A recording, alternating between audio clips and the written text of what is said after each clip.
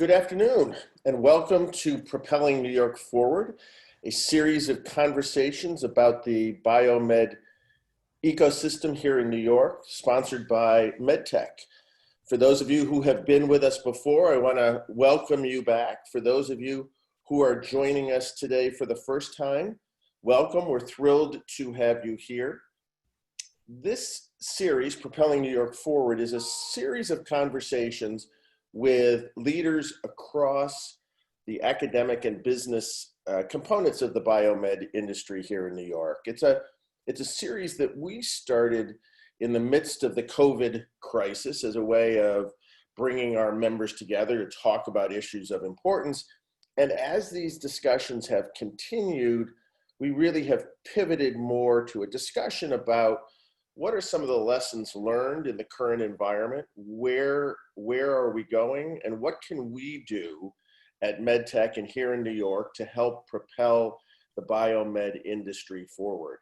It is, of course, a challenging time, but it is also a time with increasing opportunities and new avenues. And so we've been thrilled to host these discussions.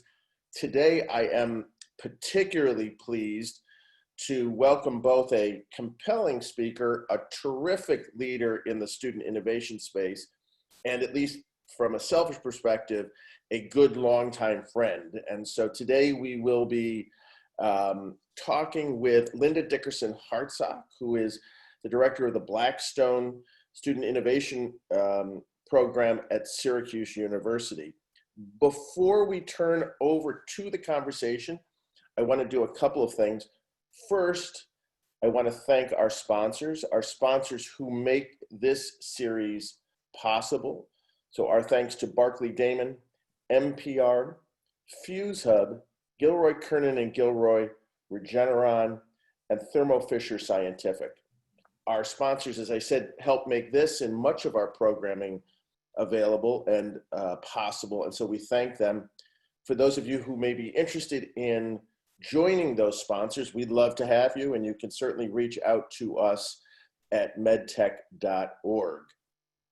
With that, I also want to remind you of our format. So Linda and I will chat for the next 25 or 30 minutes, and we want to encourage you to send your questions to us. You can use either the chat function or the Q&A function. So if you run your cursor over the bottom of your screen, those two options will pop up, and we'll reserve the last 15 minutes after our discussion to take some of your questions. So please feel free to chime in. We love to make this as interactive as possible. With that said, let me turn this over to Linda. And I'm wondering, Linda, if you could perhaps ground us a bit as a way of introduction into student innovation at Syracuse University. What does that mean? What is the university doing? Where do you think we're going to find ourselves as we enter the new semester in this strange new world? Those are great questions. But first, Wynn, I have to thank you and MedTech for being such a great partner with Syracuse University in terms of building our ecosystem and connecting to the larger regional and statewide ecosystem, because to make an innovation ecosystem work, we need these kinds of collaborative and creative partnerships. And you're just such a joy to work with, as are your members. So thank you. So innovation at Syracuse University actually has a long history. We were one of the first colleges in the country to get into the student innovation space. Going back many years ago, before I came to Syracuse University nearly 10 years ago now, I worked for Center State CEO. I ran the Tech Garden downtown for a number of years. And even back then, Syracuse University had a student sandbox program located in the Tech Garden. Again, one of the first student startup ventures in the country, funded by the Kauffman Foundation. So we've been at it a very long time. Academically, we have an entrepreneurship program through the Whitman School of Management that's ranked one of the top in the country. The iSchool also has been running programming there, engineering, College of Law. So it's an area that we as a university have really carved out a long time ago as a place where we could plant our flag, and establish a center of excellence. Over the last 4 years, we've taken all of these wonderful sort of gems in our constellation and knit them together through the LaunchPad. So we were originally funded a little over 4.5 years ago by the Blackstone Charitable Foundation, one of 24 of these across the country, funded by the Charitable Foundation, and we're part of the Techstars network as well. And our goal now is to be Syracuse University's innovation hub, to bring all these assets together, to be the portal of information. So if you're a company, if you're an alum, if you're faculty, staff, or student looking to really focus on ideation, invention, innovation, entrepreneurship, you come to one place, we connect the dots for you. So help me. And so where that goes from here is a great question, because we are exactly a month away from opening. We are physically a co-working space, unlike, not unlike co-working spaces all over the country. So it's going to be interesting to see how we make the transition to the virtual world. We actually have done that since the middle of March. We've done that really effectively. Great thing about innovators is that we innovate, right? So throw a challenge at us and we're going to work our way through it. So for us, it's seamless. I have about 4,400 students in my program. That's a lot of bandwidth to carry. So we've added capacity by building out a peer mentor network of students and alumni who have successfully started ventures or gone, taken, sort of followed that roadmap to at least get to the place where they've created something. Maybe they've gone to work for a company as an entrepreneur within a company. So we've built out capacity. We just finished running a virtual summer accelerator. We had 25 teams from around the world. We had demo day Tuesday of this week. We had judges from literally 3 continents judging. So in some ways, it's actually opened the door in ways, into things we couldn't do in real life. I mentioned to you this morning, I taught a class to 95 Fulbright scholars from 95 countries around the world in real time. You can't do that physically on a campus. So I think while it's constrained us in terms of what we can do by way of social distancing and density and those kinds of issues, and SU's really given a lot of thought to how we manage that strategically, at the same time, it's forced us to think about how we get creative in terms of working bigger ecosystems. So again, connecting to organizations like yours, connecting to companies that are part of your network, and then connecting to big, rich global networks where we can collaboratively try to rapidly bring new ideas to market. Because I think you'll agree, Wynn, I don't think there's ever been a time that has really demanded innovation across every imaginable sector as now, right? Just the complexity of problems. I think that's absolutely right. And I'd be curious to know your thoughts too. I think, listen, certainly so much of what we've experienced, not just related to COVID, but I think COVID has certainly sharpened our focus on the need to both rapidly accelerate our focus on innovation and also strengthen connections. And one of the things that I was struck as you were talking about the program at Syracuse University, if I heard you correctly, your programs are open not only to current students, but also to graduates, other alumni. Yes. Help me, Linda. One of the challenges that we've certainly spoken about and that I know others have puzzled over is the connections between the university and academic community and the business community.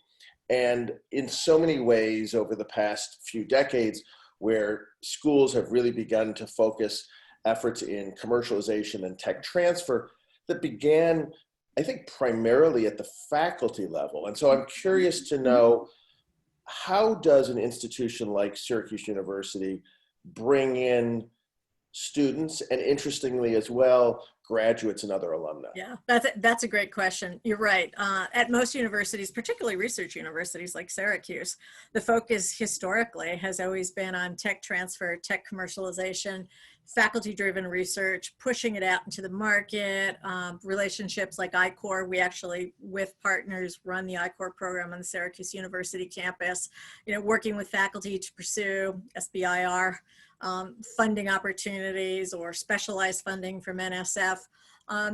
This idea that students can be innovators, again, is something that we take for granted now, because just about every college has some sort of student innovation or student entrepreneurship program. But when Syracuse started it, we really were a trailblazer.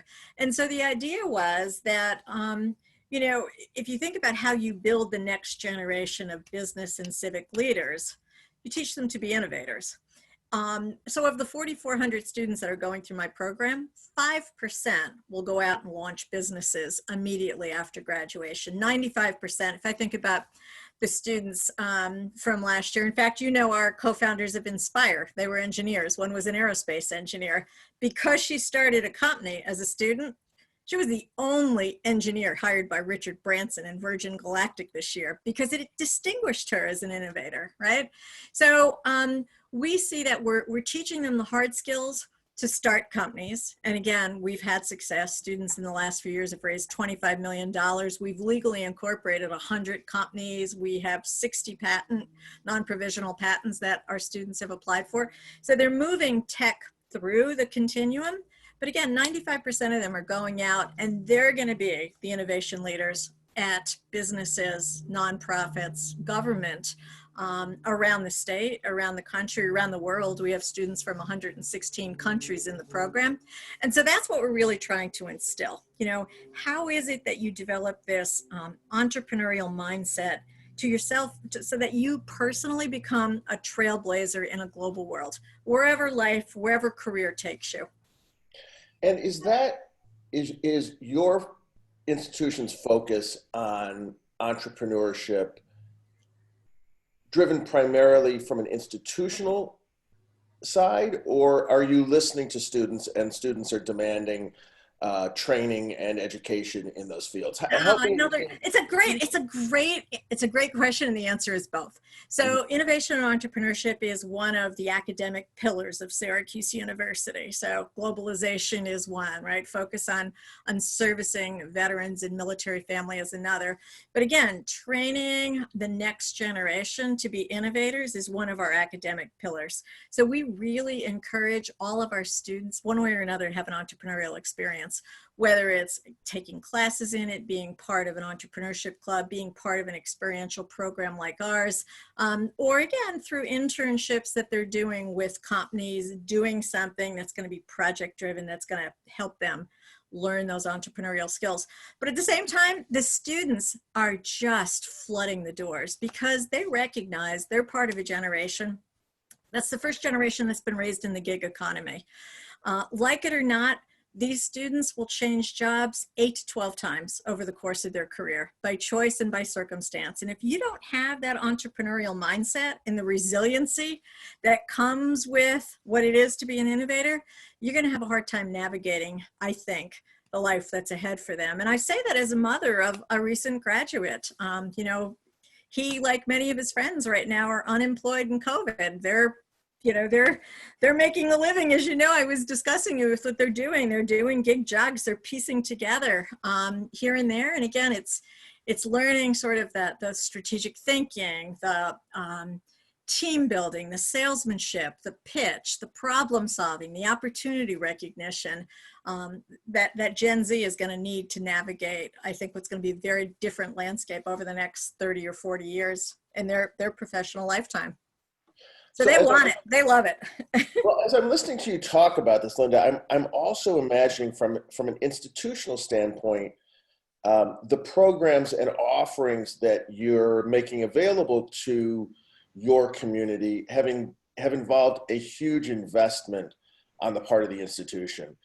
And as we look down the road at kind of the looming fiscal uncertainty that we're facing, help me understand how does any of this make sense for Syracuse University? Oh, so that's an easy answer. So we are a scrappy startup. The LaunchPad is a scrappy startup.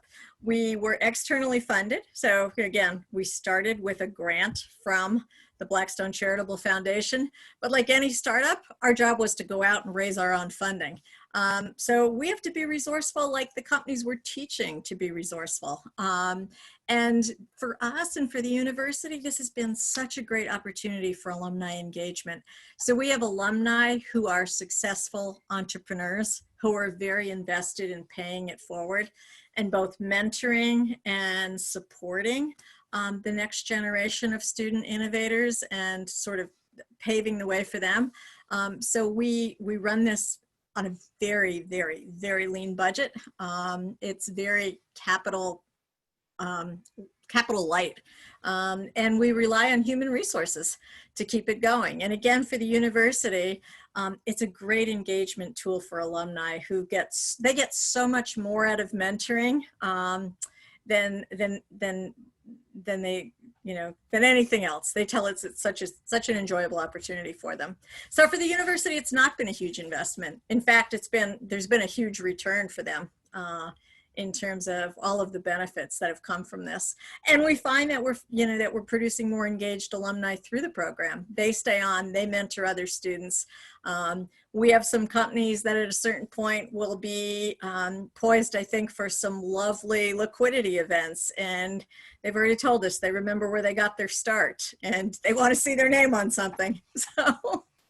Let me make an observation that I've noticed with so many of the student innovators that are coming out of Syracuse University, and I've had the good fortune to in some cases be a judge, but more importantly, be exposed to some of the terrific student innovators. And what's always fascinating to me, and I hope others in our academic audience are hearing this, mm-hmm.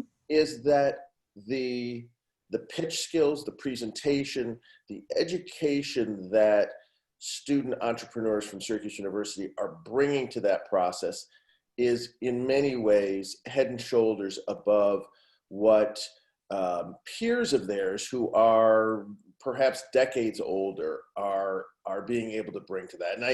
And I'm going to guess, and I hope you'll tell me that it's true, that so much of that is as a result of a focused educational program at Syracuse University.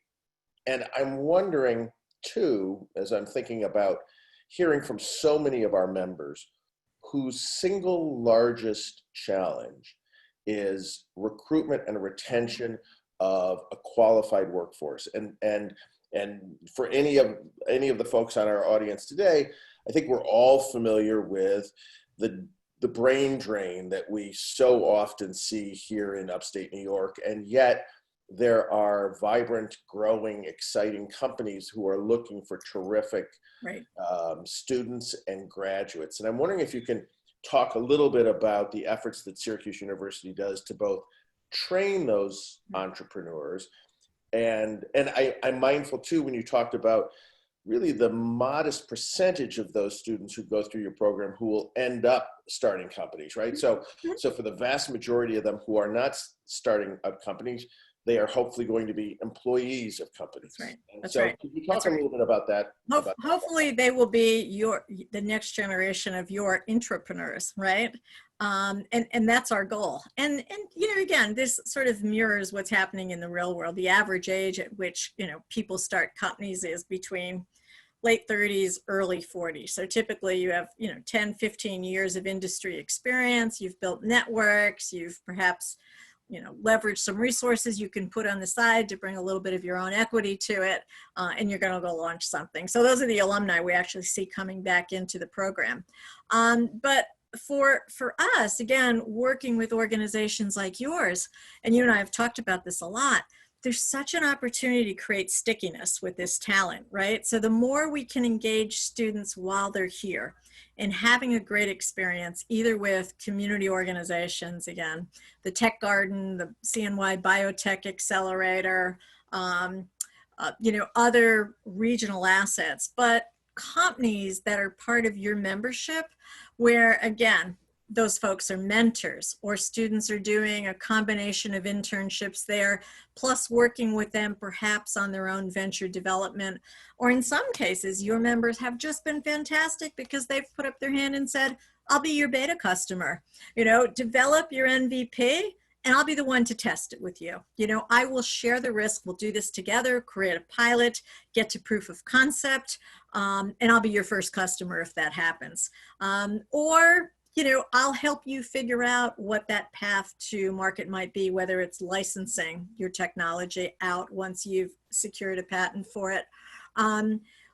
Students who have that relationship with folks in the community, companies across New York State, are the ones who are inclined to stay. Because if you think about it, this generation is all about relationships.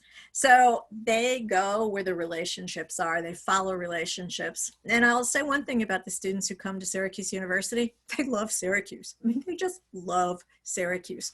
They want to find a reason to stay. And it's hard for them to figure out how. It's hard for them to figure out how to reach out into the community or into companies to do that. So the more we can create that kind of dialogue and those kinds of creative collisions where we're bringing people together, the more likely we're going to be able to not only train the best and brightest, at Syracuse, but also capture and keep them here in upstate New York. You and I have both been economic development for a long time, Win. This is near and dear to our hearts, right? This matters to us. This is a personal mission for us to make those connections happen.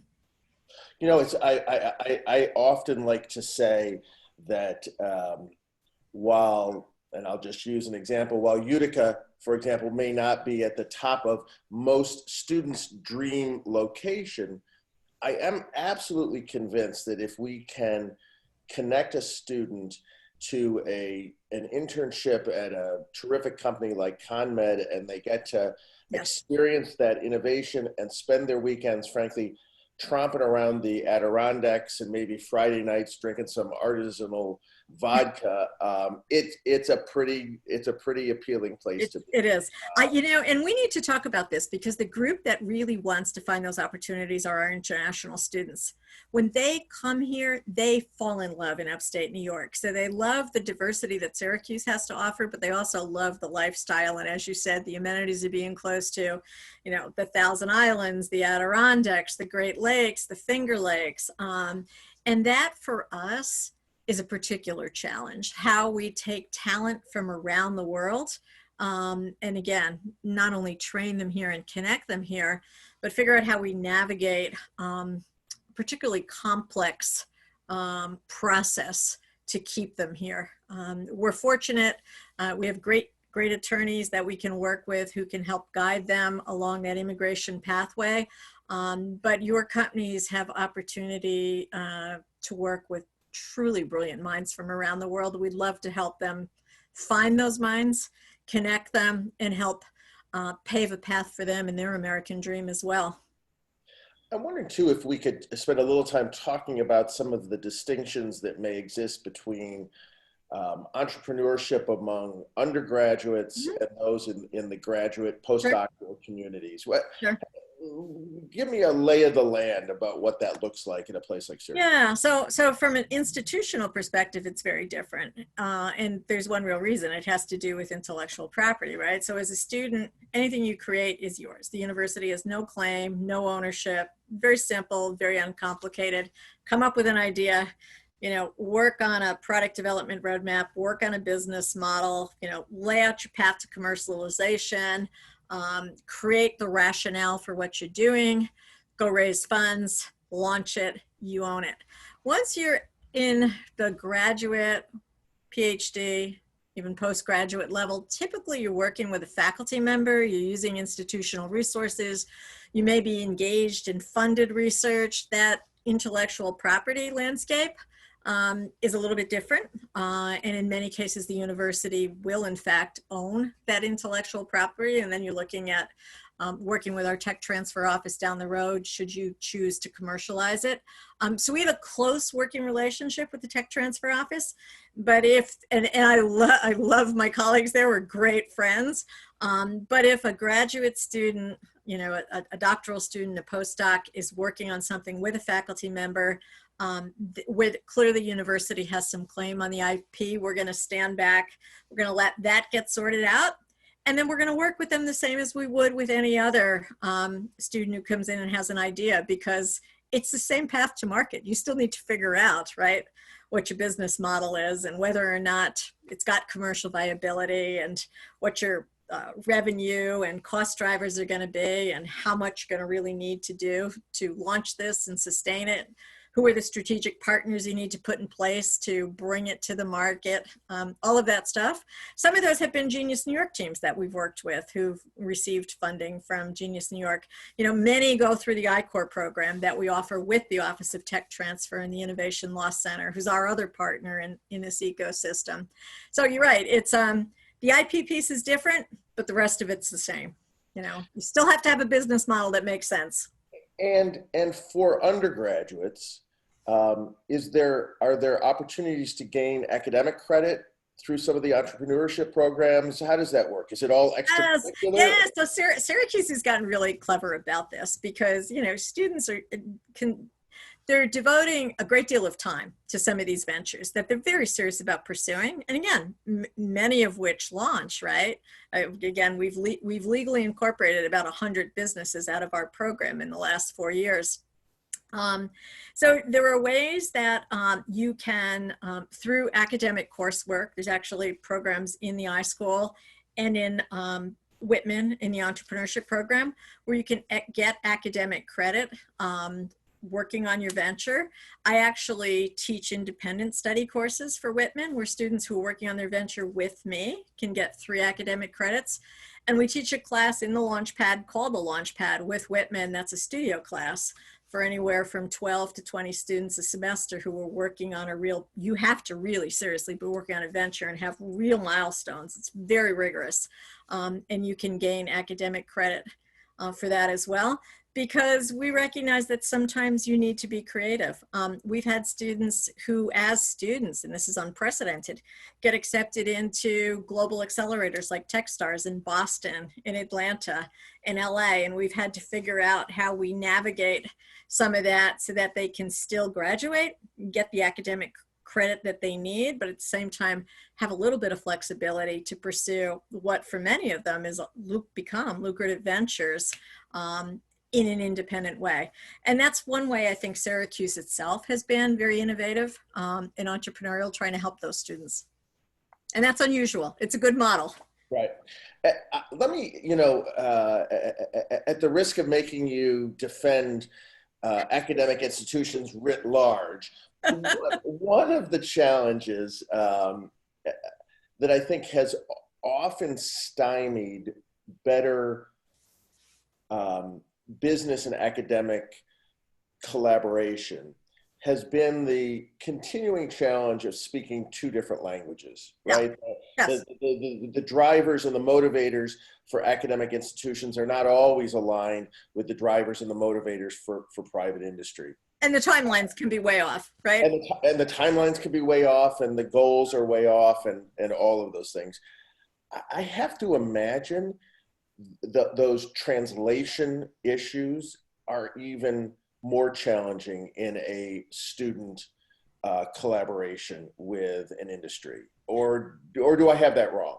Well, no, you have it right and you have it wrong, which is, again, sort of interesting. So again, you and I also have a shared history working in government. So we're no strangers to bureaucracy, right? And academic institutions can be their own version of bureaucracy. So again, I've been regional director of Empire State Development, and you know, the state can never operate at the same rate or pace that business needs. And you're right, that can be true of higher education, right? But I think the reason we have offices like ours to serve this ombudsman role is people like I have worked for so long in and with the private sector that we understand what those real needs are. We understand what those timelines are, and we become, and concierge isn't quite the right word, Sherpa isn't quite the right word, but we are definitely the navigator that also understands the inside of our own bureaucracy to be able quickly to get to the place to get you an answer. Because again, when you and I know from working in government, what makes you crazy is not having an answer. Tell me yes, tell me no. Don't tell me I don't know maybe and keep me on that path forever. So that's my job. That is my job, to be that navigator to help companies who want to work with us, through us, at the university, get to the right people who can make decisions and get them the answers.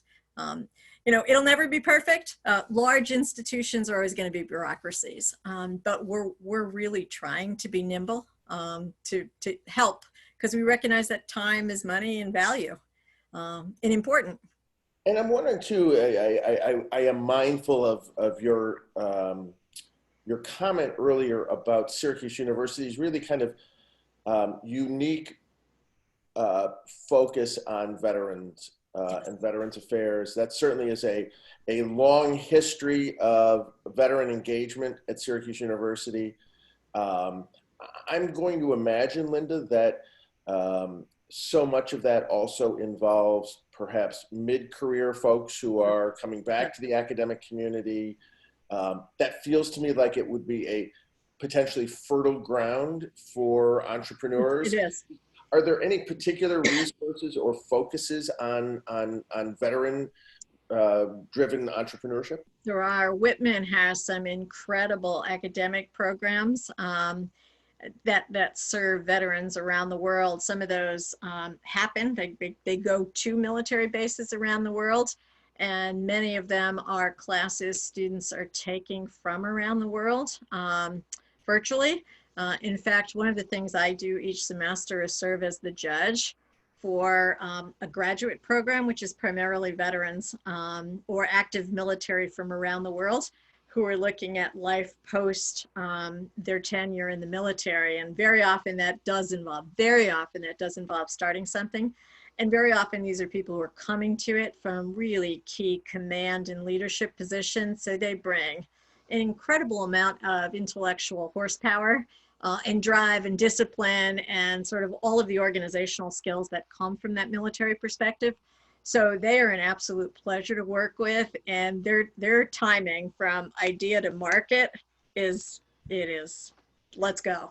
They're great. They're great. They're a lot of fun to work with. So yes, Whitman has very robust programming around that. And we have a fair number of veterans in our program.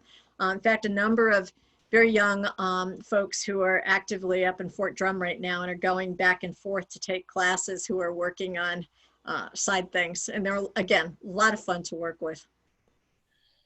Before we turn to some of the questions that some of the audience has been sending in, I want to remind people again that if you have particular questions, please send them to us.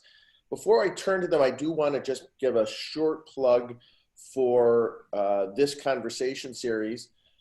For those of you who have been with us before, you know the drill. We're Thursdays at 2. And if you can't make our Thursday discussions at 2, the series is completely available on our website to access at any time. We want this to be a living library of material, and we encourage you to go back and take a look at some of the prior episodes and come to us with questions and concerns. We'll do our best to connect you with our speakers. Want to just give a quick shout out. Next Thursday at this time, we will be talking with Les Roberts, a Columbia University epidemiologist and a longtime leader at the CDC, who will be talking about pandemics, both pandemics in across the globe, and what are some of the lessons learned here based on our current experience. So we will look forward to that discussion as well. With that said, Linda, one question that I've gotten is from a viewer. Can you explain what is Blackstone? Oh, yeah. I understand that there are Blackstone programs at places other than Syracuse University. Sure. So Blackstone Group is the very large $600 billion equity group. It has a charitable foundation. The charitable foundation is very interested in innovation and entrepreneurship. So about 5 years ago, back in the early days of the foundation, when it was looking at where it was going to invest, it decided it was going to create a series of these launch pads around the country. It put out a competitive RFP state by state. So in New York State, for instance, it was October of 2015 that RFP came out. Number of institutions across the state applied, 5 were selected. So there are launch pads at NYU, Cornell, Syracuse, SUNY Albany, SUNY Buffalo. We work very closely together. But there are launch pads in the Philadelphia region. There are launch pads in Florida. There's one in Montana. They recently added the entire University of California system to it. So we're a collaboratory. So I work just as closely with UCLA, USC, in those campuses as I do with my New York colleagues. In fact, next month, all of the New York universities are getting together. We're running a weekend-long startup weekend for all college students in New York State. Never done anything like this before. I have no idea how it'll work. We're in the planning stages to launch this, but we do a lot so that we're trying to bring students together. Last year, we brought teams of our students out to UCLA for a startup weekend there. So a lot of collaboration between the colleges. So the Blackstone Foundation, a charitable foundation, which is the arm of the equity group, gave us all some initial seed funding to get started. And then again, we're part of, there are 24 of these around the world. There were 3 in the UK and 21 in the United States. And we work very closely together. We have joint planning meetings every single Monday. So we're sharing best practices from every university in this network, which is really awesome because it's a great idea laboratory for us as well. And I want to shout out to Michael who offered to help. Thank you. That's what we love to see. Thank you, vetted3d.com. Right. For those of you who didn't see it, vetted3d.com, we got a note from Michael Mowens. They are a 3D printing company located here in Syracuse, and apparently their technology director is an SU grad. So it's always great to give a shout out to others. I'm wondering too, Linda, if you can, as you talk about kind of inter-university collaboration, and I know we have folks from other institutions here in New York on this call. At least some from other institutions with Blackstone operations, but some without. Are there ways? Let's talk a little bit about academic collaboration. Oh, so I was going to say academic collaboration is not new, right? In the area of research, universities for years have gotten together collaboratively to go after big federal funding opportunities. Again, my early years at Syracuse, and even now, very involved with the Syracuse COE. We've put together amazing interinstitutional collaborations to go after Department of Energy grants and, USEDA grants. In fact, the original grant that got student entrepreneurship started at Syracuse University as the Kauffman Foundation ending was a USEDA University Center grant that I wrote that was a collaboration between Binghamton, Cornell, Syracuse, Clarkson, the SUNYs in Central New York, and I think Union College was part of it as well. I'm personally of the opinion that when you collaborate, you're stronger. Again, you're sharing resources, you're sharing expertise, you're sharing best practices, and you're putting together much more interesting, multidimensional programming than trying to do it sometimes in this silo. So I think there's a lot of opportunity for this. When I think about some of the opportunities related to innovation and entrepreneurship, I think there's opportunities right now for institutions to come together around the pandemic to look at putting together collaborative proposals that are not just research oriented, but are truly innovation oriented in response to the pandemic. We were part of the first ever National Startup Weekend, which was a virtual startup weekend designed to bring innovators together from across the entire country to come up over a 55-hour period with responses to the COVID challenge. That was back in April. There were 1,000 people who signed up for this. Some of them were academic researchers, some of them were corporate researchers, some of them were industry folks. We were the only university that sent a team of students to this, and I worked with them over the 55 hours. we were selected one of the top 10 solutions in the country as part of that. But through that, we networked with all of these other players we never would have met. And again, we're thinking next year, wouldn't it be great to kind of do this at perhaps a central upstate New York level and put together universities, industry partners, associations like yours, other resources, and say, if we harness this and we did something that was a startup weekend kind of idea, just around the pandemic, or just around sort of public health innovation around it. And again, it's everything from data to in fact, just when I think about the amount of ideas that came out of the one we did nationally, it was incredible. I think those kinds of collaborations are really productive. The best ideas come out of them. That leads me to a question that another viewer has asked, and that is, can you give us a sense of the focus of most entrepreneurship at Syracuse University? Is it on are they on lifestyle companies? Are they on growth companies? Can you define what it is that most students are looking for, or where their interests are? Yes, I can. And I can also tell you how it's changed in the last 4.5 years. So when we first opened our doors 4.5 years ago, every student who walked through the door wanted to create the next best dating app or the next best app to find your friend at bars or to pick up sports games. And it took about 3 weeks for them to figure out that when they walked in the door and talked to this person who ran the LaunchPad, that idea wasn't getting far, because I'm known across campus for this saying, you can make anything, make a difference. If you want to come in with a fluff idea, I will be the first to say, wish you well with that. Let me know how it goes. I'll be looking for you on Instagram, which I won't. So what we're finding is a lot of students, particularly students that are coming out of the Invented SU program, was this incredible summer accelerator program that the Allen family helped fund at Syracuse University through engineering and the School of Design. A lot of folks coming out of the biomed, devices, life sciences, health, products perspective. Those are a lot of fun, because those are the companies that we work with. We work with the biotech accelerator. There's students who are solving real problems in the world.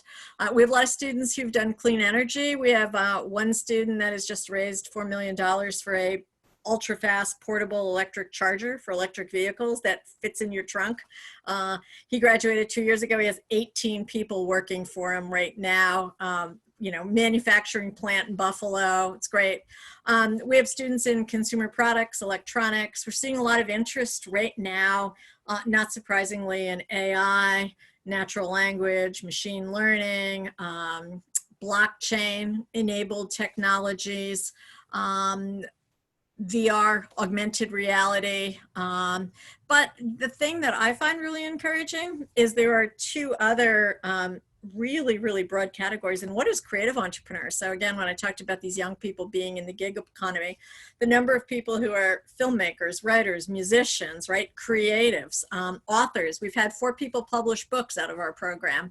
And the last piece is impact entrepreneurship. So people who are solving wicked problems. So these are students who are, they're creating products, services, technologies, or nonprofit organizations, or perhaps digital media technology platforms that addressed underrepresented, marginalized voices, really address diversity, inclusion, social equity, taking on stuff like poverty, literacy. And that stuff is near and dear to my heart, because again, when you and I are community builders and economic developers, right? And if we don't have innovators coming into those spaces in terms of those big public policy issues, we're all in trouble for the next generation. So I'm thrilled to see that there's a really strong focus there as well. And you talked about that kind of shifting over the last few years. What do you attribute that shift to? I think, like any organization, it's the culture you build, right? So because people really take it to heart, you can make anything, make a difference. That's kind of become our mantra, that if you're going to come work with us, solve a problem that's worth solving, right? another dating app is not a problem that's worth solving. You know, a better way to find your friends at the bar is not a problem worth solving. And frankly, I imagine most of the businesses on Marshall Street are sick of our students going to them going, hey, I've got this great idea. Wouldn't you like to try it? So I think it's been 4 years of really inspiring them to think bigger and think better. And that culture has really taken hold, you know, solve a problem and make it worth solving. So before we conclude, I'm also thinking about some of our audience members who may be in the business community who are sitting out either in the business development space or the product development space or in the employment space, and they're thinking, boy, Linda's got me all excited about connecting with some of those Syracuse University entrepreneurs. How do we do that? If I'm out running my company and I'd love to connect with Syracuse University, what's my path to do that? All right, so there are a couple of ways. From a selfish point of view, go to my website and sign up to be a mentor, right? It's the best way, the most meaningful way to connect. Very simple, you can do it right online, launchpad.syr.edu. That's my promo. But again, we're an interconnected system. So whether you're working with us, the Offices of Career Services, the Case Center, the Innovation Law Center, we're all public-facing entities. We all talk to each other constantly. So if you have a specific need that you're looking to fill, let one of us know. And between us, we will work with you to find a good approach to help find that talent to solve that problem. So let me make sure that I heard that right. Launchpad.syr.edu is our website. syr.edu. That's fantastic. You can sign up to be a mentor. You can really look at the ecosystem. It does a good job explaining all the players in the ecosystem, the resources, the programs, the opportunities. But I just want to stress, we want the engagement, right? It's good for the community. It's good for the university. It's good for the students.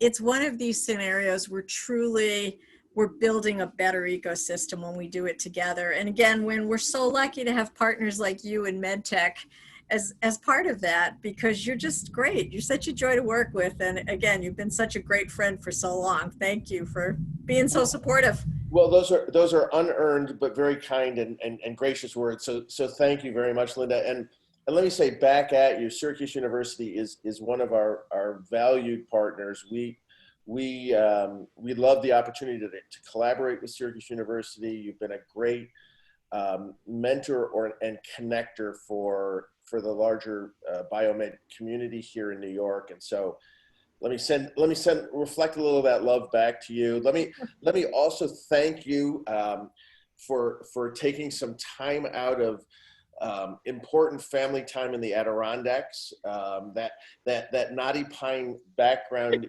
is not just a facade. You really are in the Adirondacks. So we appreciate you taking some time away from your day. Linda, thank you. As always, these discussions are terrific. This was great. For those of you interested in connecting with Linda, you've heard the connections, or give us a shout. We are always happy to make those connections. Again, we hope to see you next week at this time. Again, Linda, thank you. Oh, it was fun. Thank you. All right. Bye-bye, everyone. Thanks. Bye-bye.